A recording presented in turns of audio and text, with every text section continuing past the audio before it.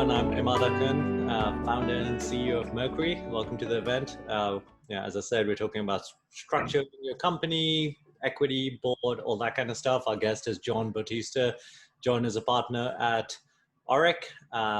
He's actually also a rare lawyer that's a co-founder at two companies, Long-Term Stock Exchange and Clerky.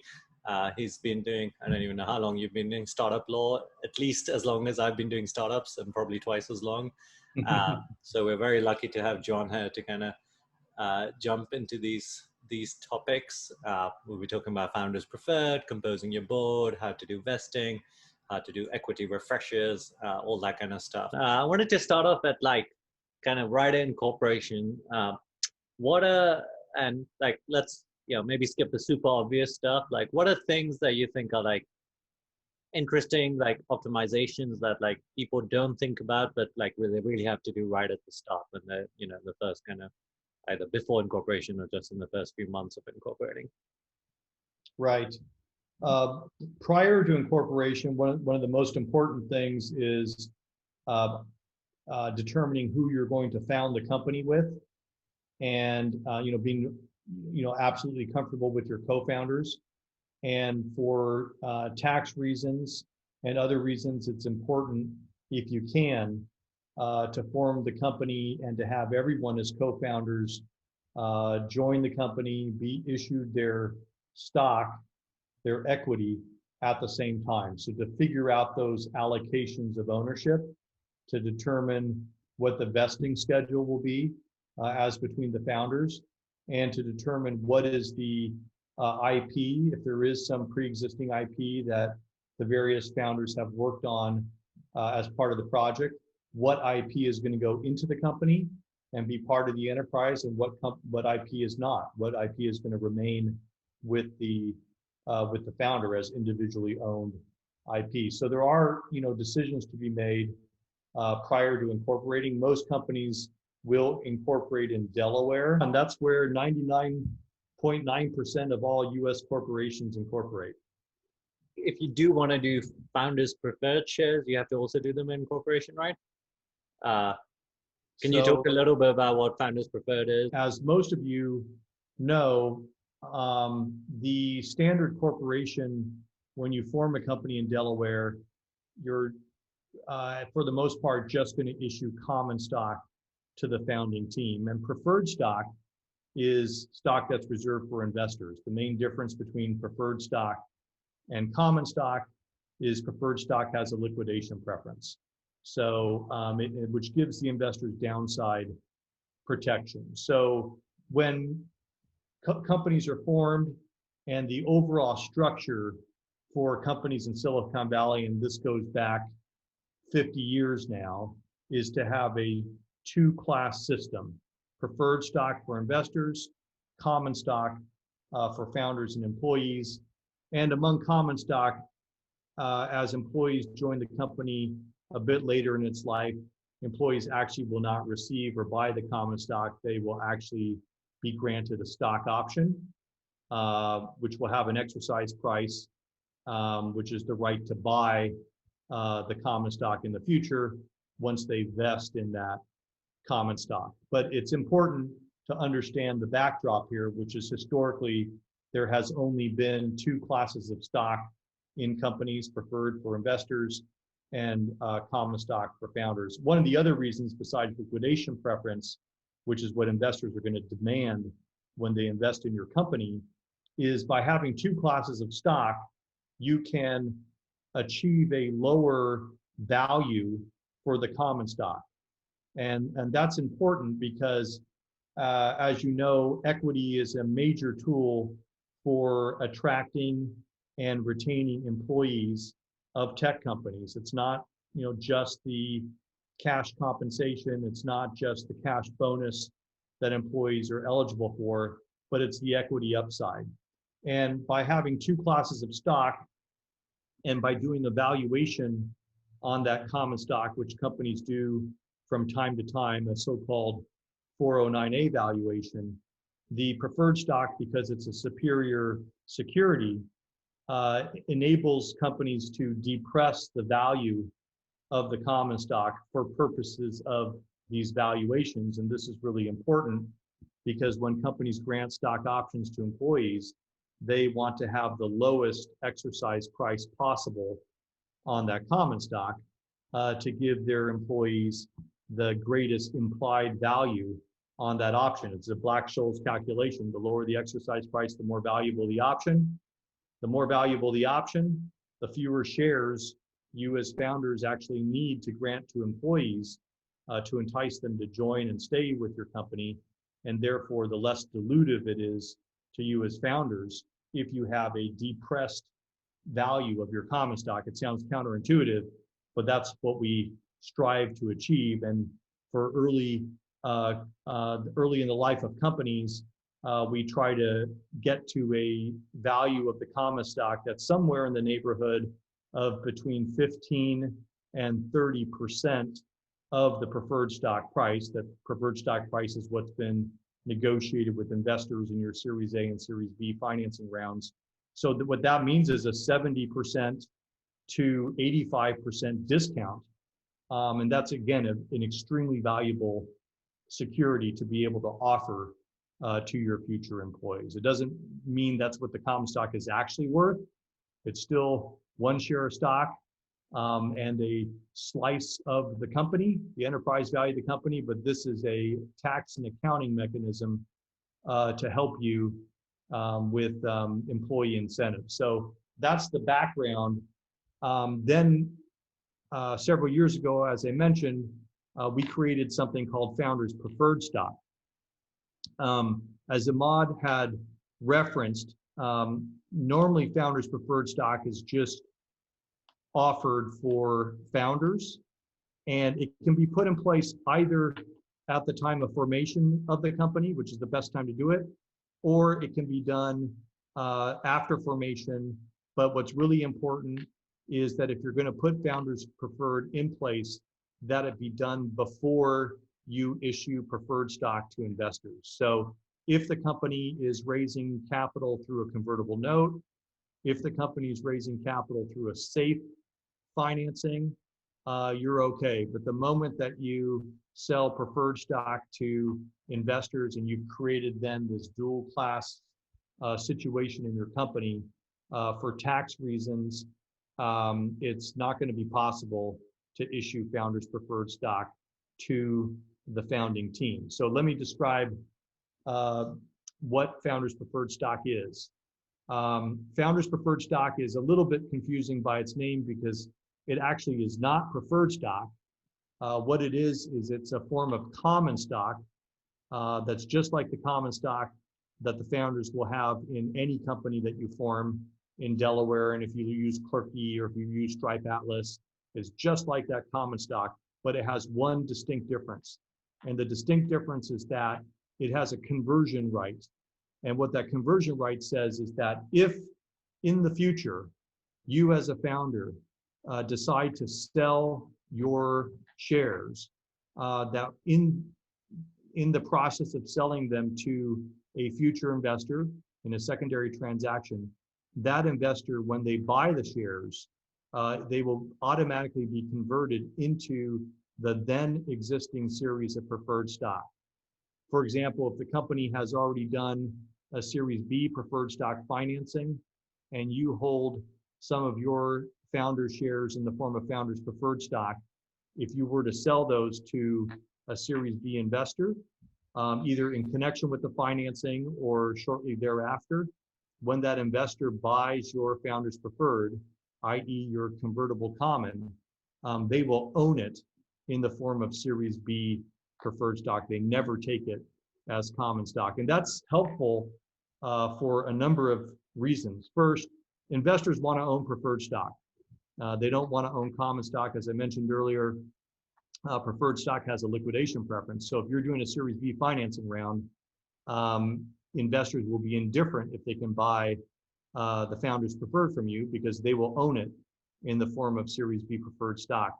The second thing is many times if investors do not have the ability to buy Founders Preferred, again, that turns into Series B preferred stock in my example, they will try to negotiate a discount in price.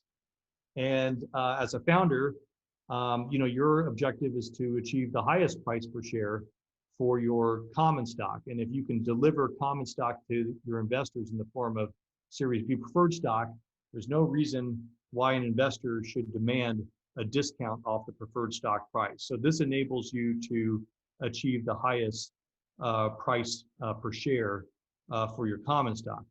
The third reason this is beneficial is it is a separate security. Founders preferred stock is a security that's different than your common stock.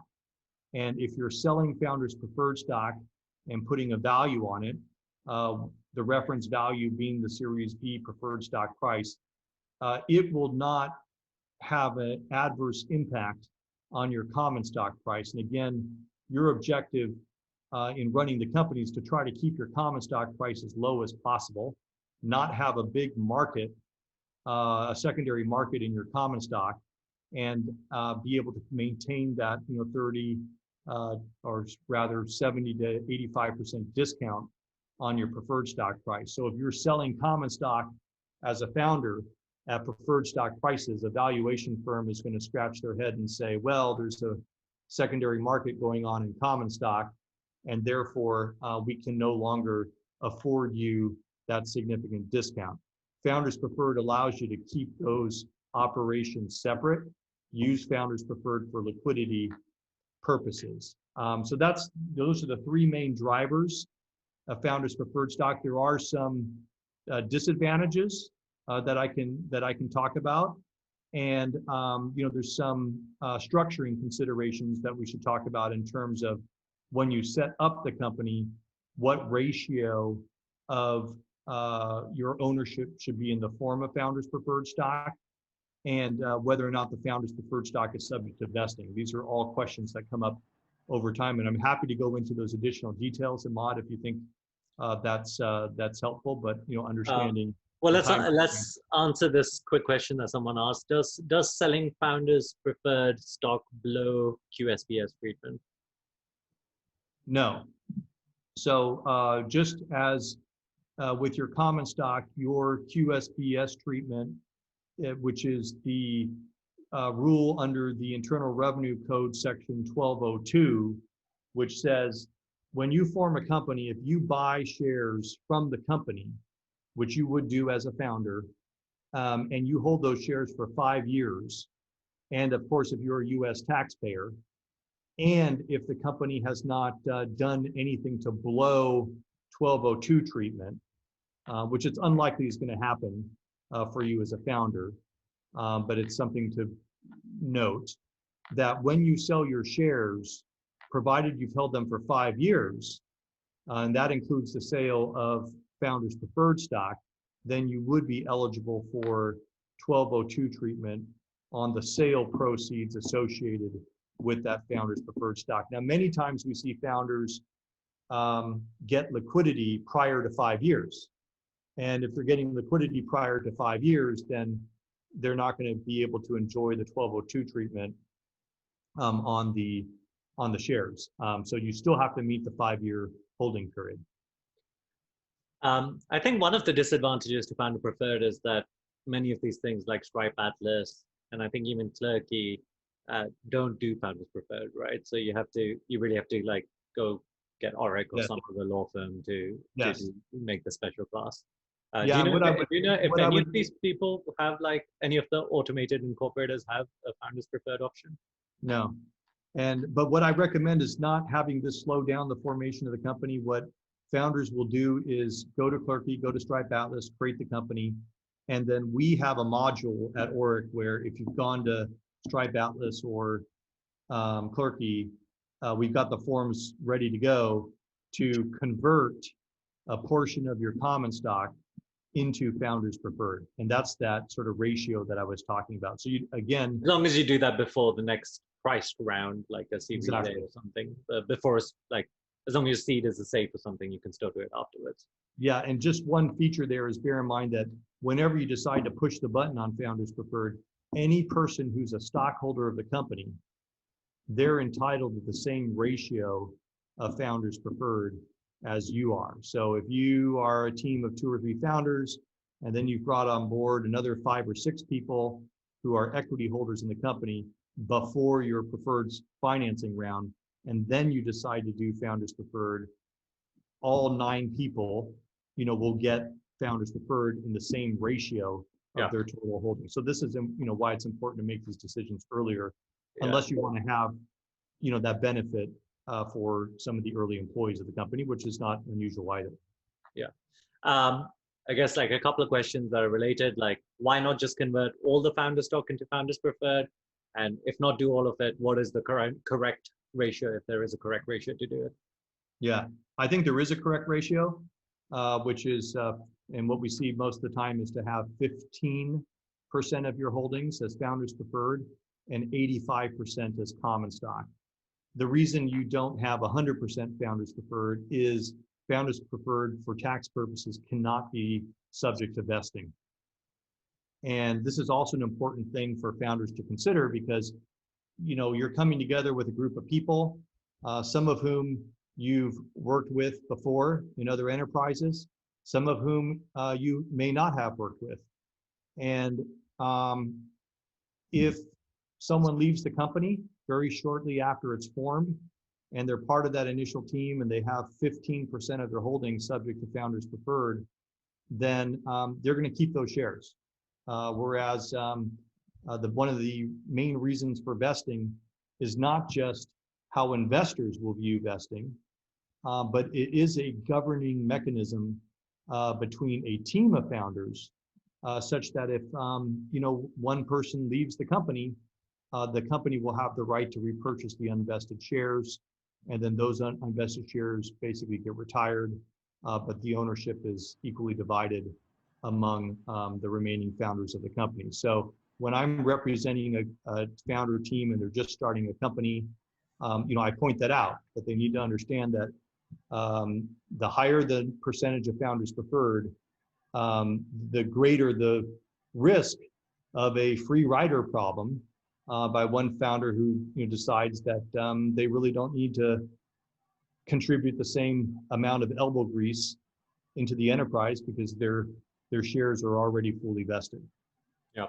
Is there any advantage to founders preferred beyond like doing a secondary at some point? Is there any other kind of tertiary advantage that's not like a secondary offering for the founder? Oh, there are some advantages, and sometimes we've deployed them in some unique circumstances. But the fact that the founder team can control or has control over a separate series of stock means that you can, in the future, if you wanted to,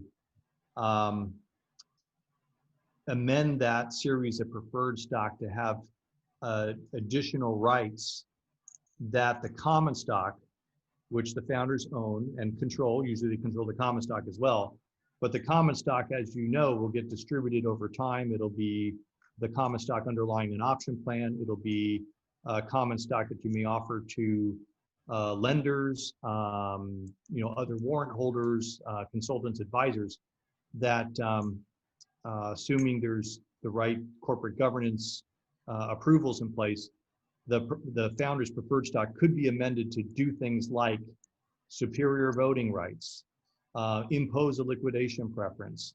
So it does give the founders a tool to achieve things with their capital structure that they otherwise would not be able to do with the common stock. If they did with the common stock, everyone who's a holder of common stock would have those same rights. So it's a way to, in the future, impose some benefits on the founding team if that were necessary.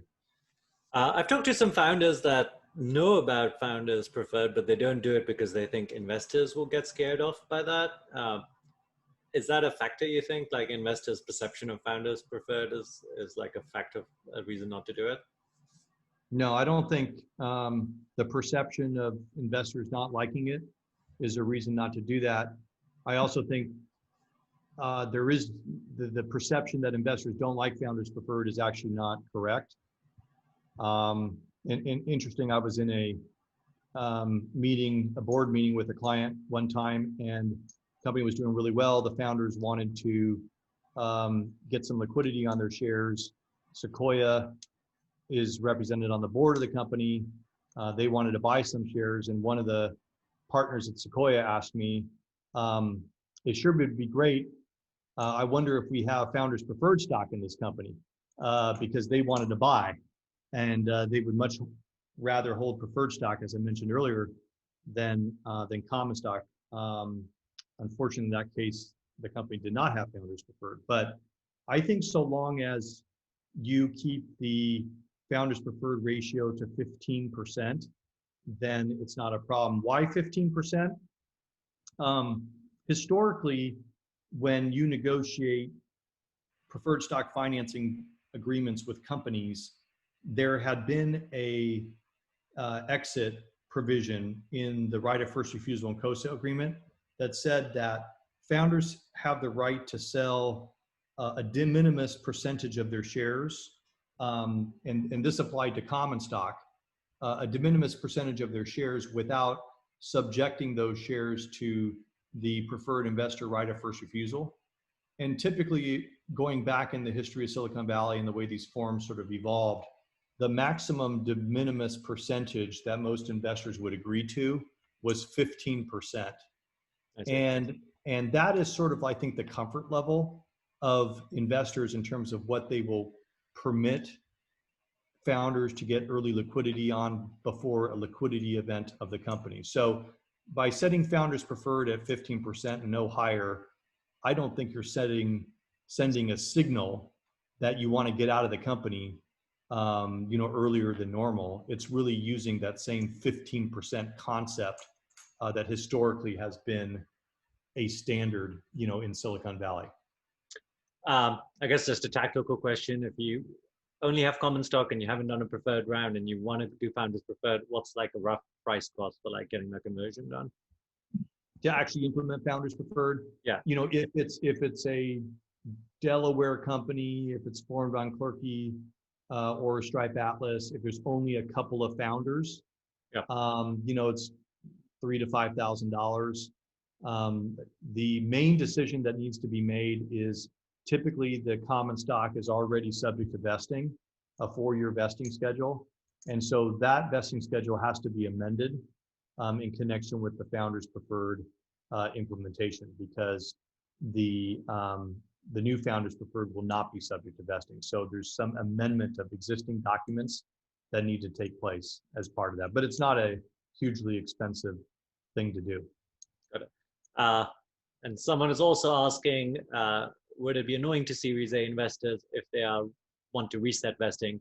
I would just answer that and say, if any Series A investor wants to reset your last 15% of vesting, you can tell them to go somewhere else, because that is a reasonable requirement. Exactly. Let's I was just going to say, as part of that negotiation, I would never want to reset the 15%. Yeah, no way. But you can always play with the 85% and put a 5. I would actually say just never reset vesting. I should say though that what's the downside? If an investor says there's no way we're going to invest in this company because you have founders preferred, well, the simple way to fix that is founders preferred is convertible at the option of the holder into common. Yeah. So you can wipe it away with the gesture of a pen, simply by forcing the conversion of the founders preferred into common, and then it disappears. So it should not be an impediment ever to a financing round. Got it. All right, let's talk about board composition. I think one point where like board composition starts mattering is like you're about to go into like raising a Series A. And like, what do you think is like an ideal board, like pre the Series A raise, which like puts you in the best position? Yeah. Yes. Does it make sense to pack the court? Have 15 founders on your board of directors. I don't recommend that. But what I see, I don't know if we should call it pack the court. That's not very PC, Joe. But what I recommend in most cases is at least 2 founders on the board, and those founders are representative of the common stock. Again, for the foreseeable future of the company, the founders will hold a majority of the common stock. It's okay also to have 3 founders on the board. Seldom are there more than 3 founders on the board, and I think that would send the wrong signal to the company if you had, to the investors, you had 4 or 5 founders on the board. But 2 or 3 is an okay number. And then the objective is when you bring an investor on board, first of all, it's unusual for any investor to be a board member unless they're buying a significant block of preferred stock. So if you're doing a safe financing or a convertible note financing and someone insists on being a board member of the company, that's kind of a red flag. It's unless they're putting, $5 million or more in the company, even in the form of a safe or convertible note, I think you should ask yourselves, why do they need to be a board member? They can be a board observer, but the objective, one of the advantages of companies raising capital as convertible notes or safes is that you don't have to give control of your board away, in order to raise capital in these kind of early stage seed financing structures. But once you get to preferred stock, you're going to negotiate a whole host of rights that investors will want. I mentioned liquidation preference earlier.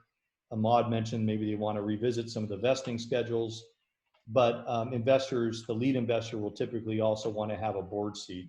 And typically only the lead investor has a board seat. So in most companies, you end up with 2 founders and 1 preferred investor. 3 board members in total is a good number. And any more than that in an early stage, I think makes your corporate governance a bit cumbersome. But with that number, it means that the founders are in control of the board. And I guess, I don't know if it's obvious to people, why should the founder try to be in control of the board? And is it bad if you do a Series B and there's 2 VCs on there, or you do a Series C or something, there's 3 VCs on there? When is it a bad thing for a founder? Yeah, ultimately, it's sort of like a constitutional topic, which is, very simply put, that one of the founders is going to be the CEO of the company, and the only body that's able to fire the CEO is the board of directors. And early on in the life of a company, the founders control the board so that they cannot be fired as CEO. There will come a point in time where, after you've raised a significant amount of capital, perhaps you brought on another investor, you could end up with 2 investors on the board, 2 founders on the board. Even at that juncture, the 2 investors could not fire the CEO, because that would be 2 out of 4. It's not a majority. But there will come a point in time where it is expected that the founding team does not represent a majority, and that the CEO could be fired. But the principal reason to hold on to control is that reason.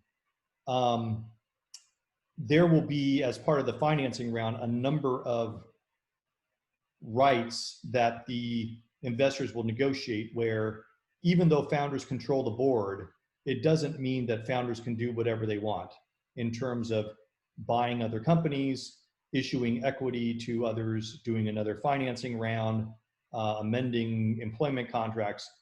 Even if founders control the board, investors, if they're experienced and have good legal counsel, they will still negotiate a dozen or so items that says their representative on the board, his or her consent will be necessary if founders try to do this, or the consent of the stockholder at the stockholder level will be necessary for these type of corporate actions. So in my perspective, founder control of the board is not so that founders can do things, because as I just mentioned, investors will make sure that the important things will require their consent anyway. The reason to have founder control of the board is to make sure that things can't be done to you. And that main thing is terminating the CEO. A couple of people asking about, what if you're a solo founder? Does that mean you only get 1 founder seat?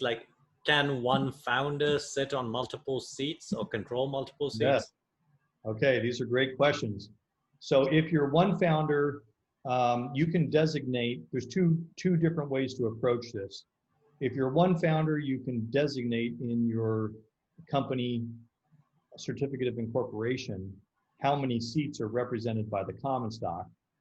So the most standard way is if you're one founder, you have the right to appoint yourself, or you would appoint yourself.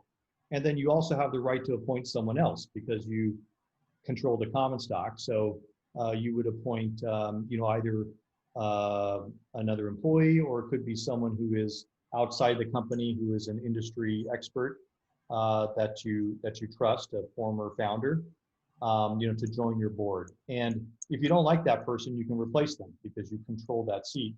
That seat is controlled by the vote of a majority of the common stock. So you can designate, one seat in addition to yours, perhaps two seats in addition to yours that you have voting control over. That's the simplest and most standard approach. The other thing is under Delaware law, Delaware also gives us the flexibility to provide that a board member can actually have multiple votes. So you could provide that the founder seat of common stock is actually entitled to 2 votes at all times. And in some ways, that's almost better than appointing someone and not being 100% sure whether they're always going to vote alongside you. The downside, however, to the 2 vote per board seat, and in fact, I've had some situations where we had the founder seat with 3 votes. The downside to that is a right that investors will see as unusual. When they invest in the company, they will try to cut back at that. They may see things like, okay, well, you can have 2 votes on these items, but you can't have 2 votes on who the CEO of the company is going to be. Or they may limit it in time. I had one company where they agreed to that as part of their financing, but then they also agreed that within 12 months that 2 vote structure would disappear. So my recommendation is to go with multiple seats that the founder has control over.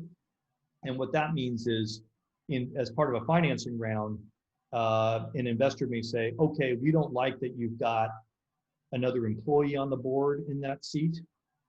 We would prefer that you have an industry representative, someone who's independent. And then it's okay, to replace that person with an industry expert, someone who's independent. But at the end of the day, you still have the power to replace that seat, the power to nominate and to replace that seat. And that's, I think, an important consideration.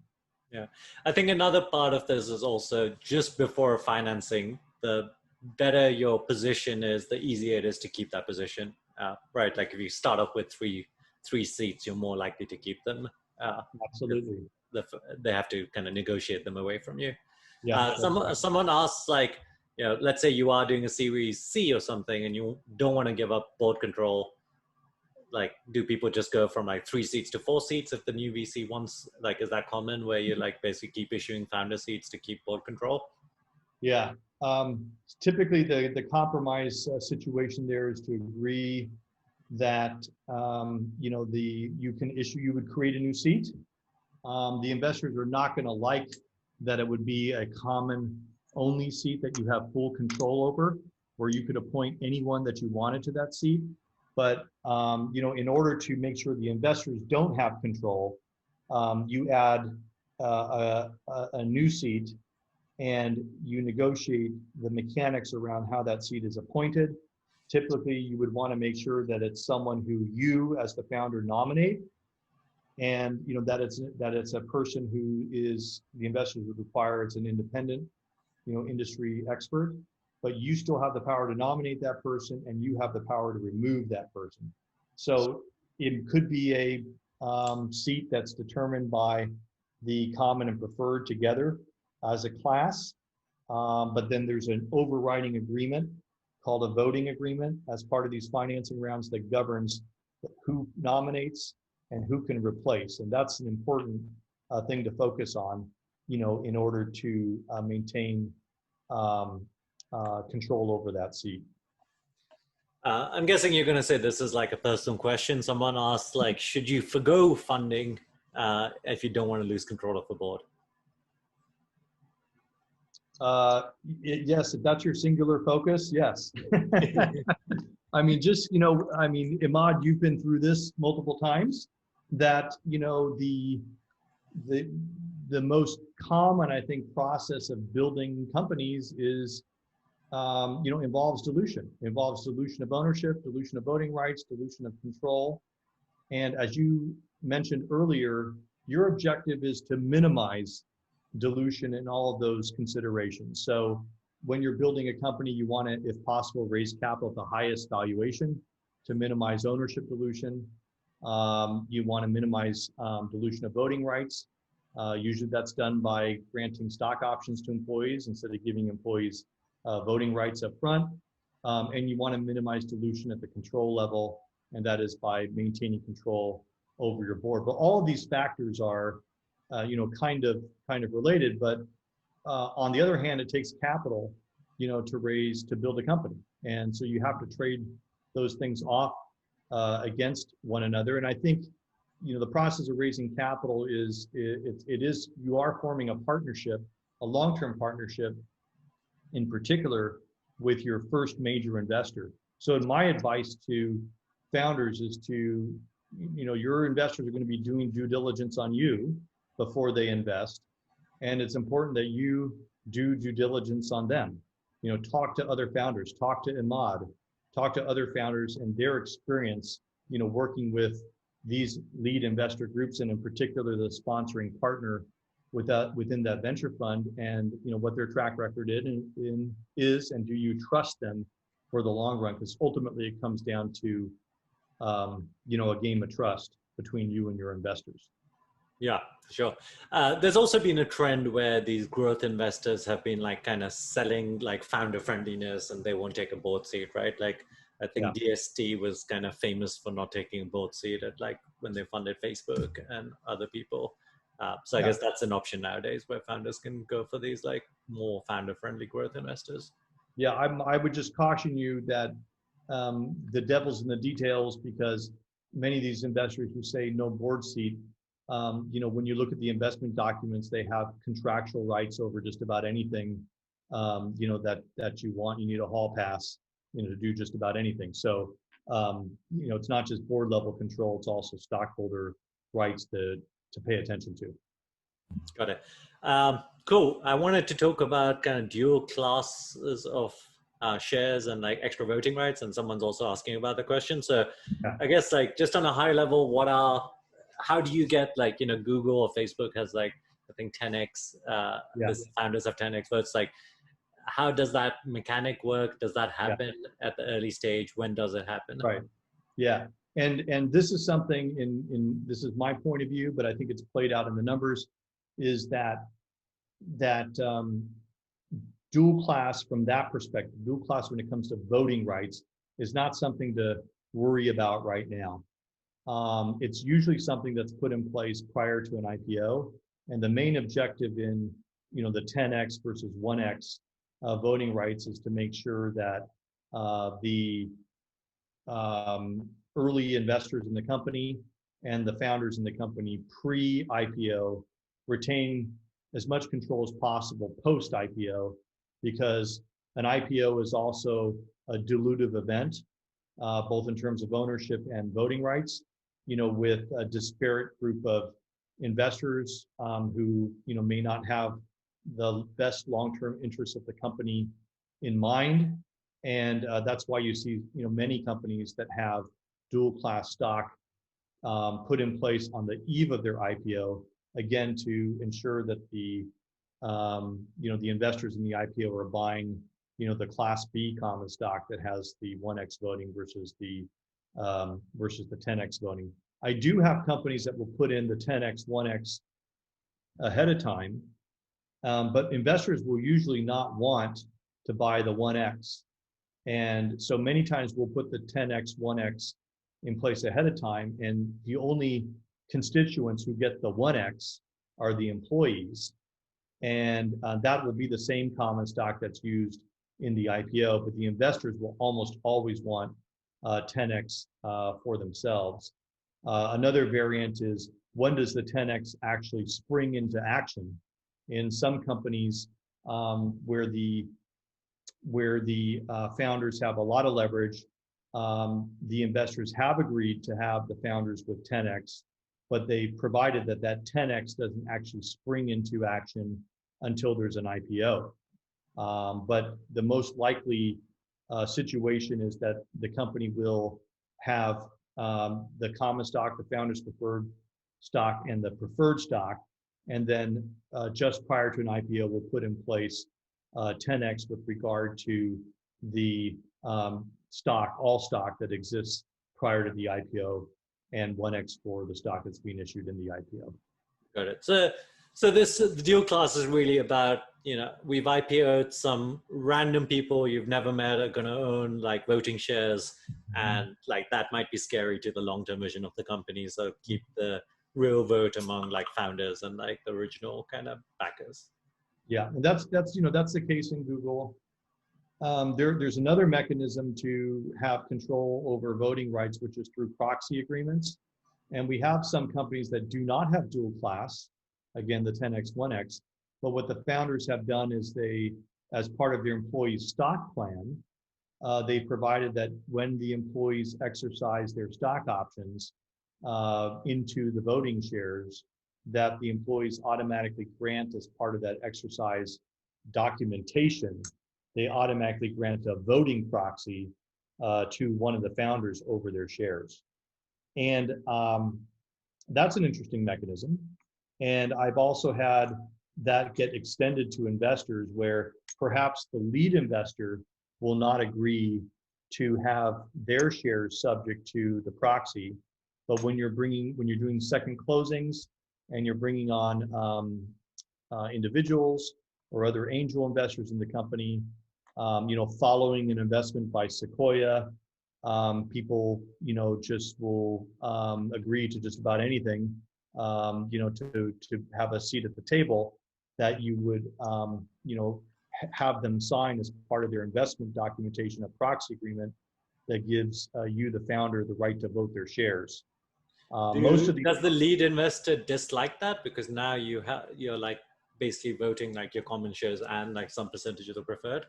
Yeah, some do. Some do dislike it, but this is something that I would make sure to get agreement on as part of the financing round, that any subsequent investors, in a financing will be subject to a proxy. The lead investor will usually be okay with that. And the lead investor will still, in most cases, control the preferred stock, even if 10 or 20% of the preferred stock is subject to a proxy granted to the founders. The lead investor will absolutely object to it if the proxies held by the founders tally up to more than 50% of the preferred stock. So what's important is that this is a way to maintain modicums of control for essentially the future IPO, because in an IPO, all preferred stock converts into common stock. But an investor will object to it if it is a way to control their preferred and potentially subject them to amendments in the future that could take away their rights. Yeah, that makes sense. I guess the last subject I wanted to cover, and there's a bunch of questions, but I think this is an interesting subject to cover, is kind of, sometimes founders even relatively early on in their company get like massively diluted down. So they have like less than like 5%. There's many people who've IPO'd with like less than 2%, even as founders. What have you seen in terms of kind of equity refreshers for founders? When can founders kind of push for those to try to get like more equity after they've been diluted heavily? Yeah. I do see founders going back to the board and asking for significant blocks of equity. And typically that doesn't happen until they've exhausted their 4-year vesting schedule. But if they are dropping below levels that are representative of what an outside person would receive, for example, a CEO coming on board, would receive somewhere for a company that's gone through a couple of rounds of financing, we've received somewhere between 7 and 10% of the company. If the company has, because it's had a slower start, but it's had significant capital needs, has diluted the founders a lot, then there's good justification based on market data for the founder to say, look, I need to be brought up at least to levels that a CEO would be brought up to. I've also seen situations where the founder may decide to step aside as CEO, stay on the board and be CSO, Chief Strategy Officer or COO, and as a principal, the company's going to bring on a new CEO, and the founder, is just not liking the fact that someone else could join the company who has a greater percentage ownership than they. And I think as well, even the board and the investors have an interest in maintaining parity of ownership. And many times I've seen, as part of a new CEO coming on board, that a founder will be re-upped in their equity position to be at least on parity with the new CEO. So those are circumstances in which the company is perhaps not growing as quickly as you'd like. The company's raised a lot of capital. Founder's been diluted, but still important contributor to the team. And the investors want to make sure the founder is incentivized because they've already vested in their shares and they could move on and do something else. There are two other situations that I want to describe really briefly, which is company has the potential to achieve significant value. And I have had situations that Elon Musk is the best example in the marketplace right now, where the founder is so incredibly valuable to the company that the investors want to make sure that they're devoting as much time and attention to create value. They know this founder can create value for the company. And in these cases, I've seen boards agree to grant blocks of equity to founders, usually somewhere between 2 and 5% of the company, in the form of performance vesting grants. The earlier grants I was talking about that help achieve parity are standard 4-year time-based vesting. But I have seen performance vesting grants which says we're going to grant you sizable stock options, but those stock options will vest based on valuation milestones that you achieve for the company. If the company achieves more than a $500 million valuation, then 20% of your stock option will vest. If it's $1 billion, another 20% will vest. These valuation metrics can be measured based on valuation of a financing round, valuation of an acquisition, valuation of an IPO. And so I've helped put these in place in a number of companies, these performance-based vestings for high growth companies that have the potential for really high valuation. And then the last possibility is management carve-out plans. And this is a situation where companies have a high degree of likelihood of acquisition, but companies have raised a lot of capital such that the aggregate liquidation preference of the investors is very high in relation to the acquisition price. And if the aggregate liquidation preference is very high in relation to the acquisition price, the common stock equity is not worth very much. Even if you owned 50% of the common stock, investors get most of the proceeds on sale anyway. So the only practical solution there, other than getting investors to decrease their liquidation preference, which is almost never going to happen, the only practical solution is to put a management incentive plan in place, which is basically like a bonus plan that says if the company is sold for between $100 and $150 million, then the management team, which includes the founders, will get 10% of the proceeds. If the company is sold for greater than $150 million, then the management team will get 15% of the proceeds. And just remember, in these kinds of management incentive plans, those are taxed at ordinary income rates because that's considered compensation. Whereas the other outcomes I talked about is equity, and the objective there is to try to get those taxed at capital gains rates, the lower rates, rather than ordinary income rates. One other thing I've heard of, I don't know if this is very uncommon, is when you're doing a new round of funding, and if you have multiple VCs that are trying to like win the round, one of them might offer equity refresher to the founders as part of that round of funding. Is that like, what are the mechanics of that? Is that common? Yes. Well, that is common, and it is sleeves off the vest of the new investor. Again, it's a partnership. As I mentioned earlier, the new investor, from a due diligence perspective, wants to be sure that the founder has enough skin in the game and enough equity. And I've seen situations where investors were concerned about making an investment because the founders just did not own enough of the company. And so they condition as part of their term sheet that the founders need to receive a bigger stock option grant in the company before they close their investment. That dilution comes off the back of existing investors, not the new investor. And so it is a way, as part of negotiating, for you as a founder, if you feel like you don't have enough skin in the game, to work with the new investor to have as part of that term sheet that you'll receive a new stock option grant in the company. And thanks, Immad, for bringing that up, because that is something that happens, again, in connection with the financing round, but it does happen often enough.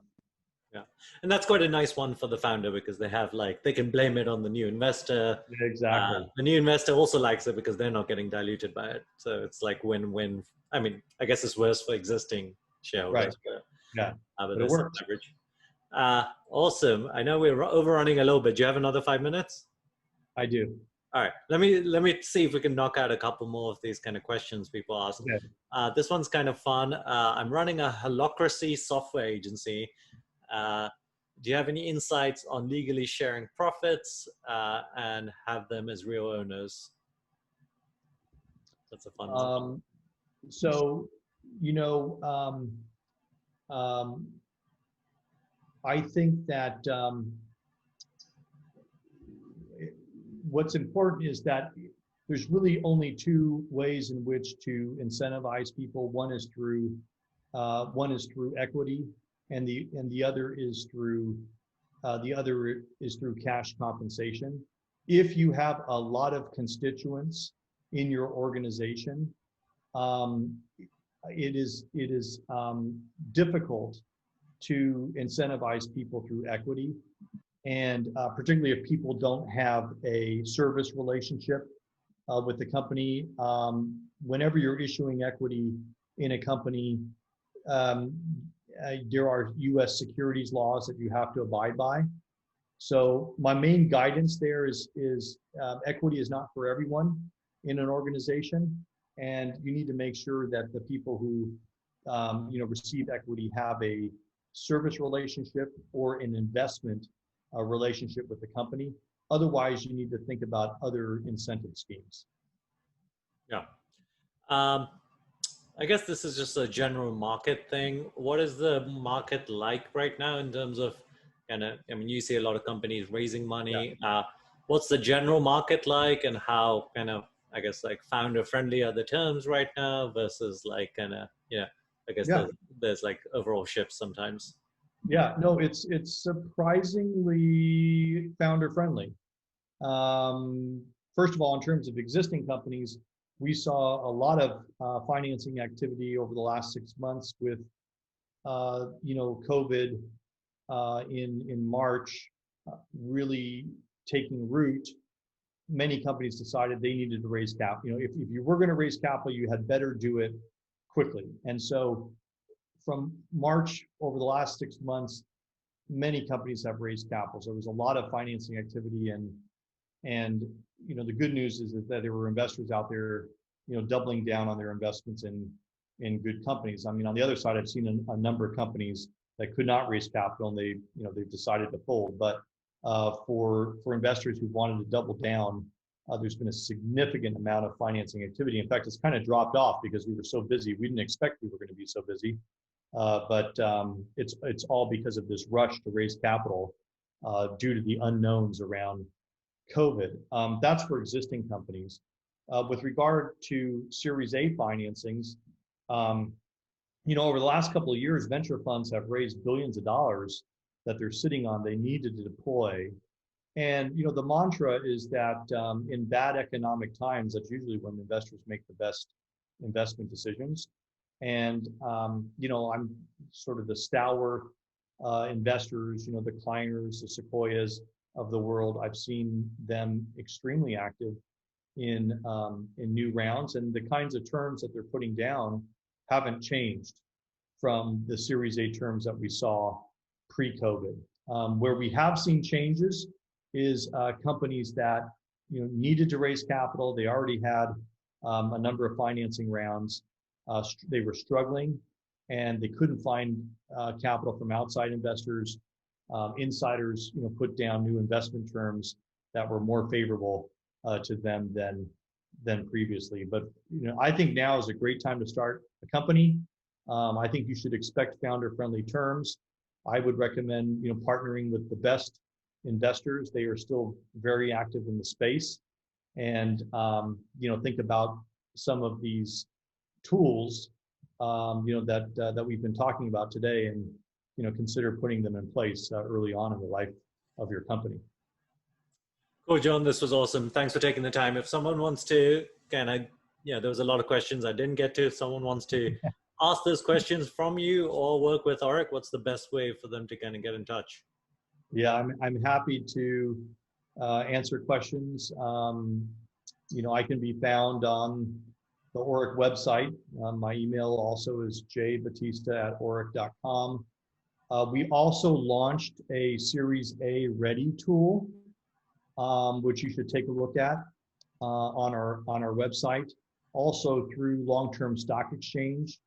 We have partnered with them on a number of tools, which you should check out on their website with regard to financing of companies. If you are a Clerky user, Clerky also has a very good primer on a lot of these topics that we talked about that I and others at Orrick helped co-author with Clerky. So you can get access to that primer. But there's a lot of resources between Orrick, LTSE, and Clerky that can also provide. You're really repping all your companies. All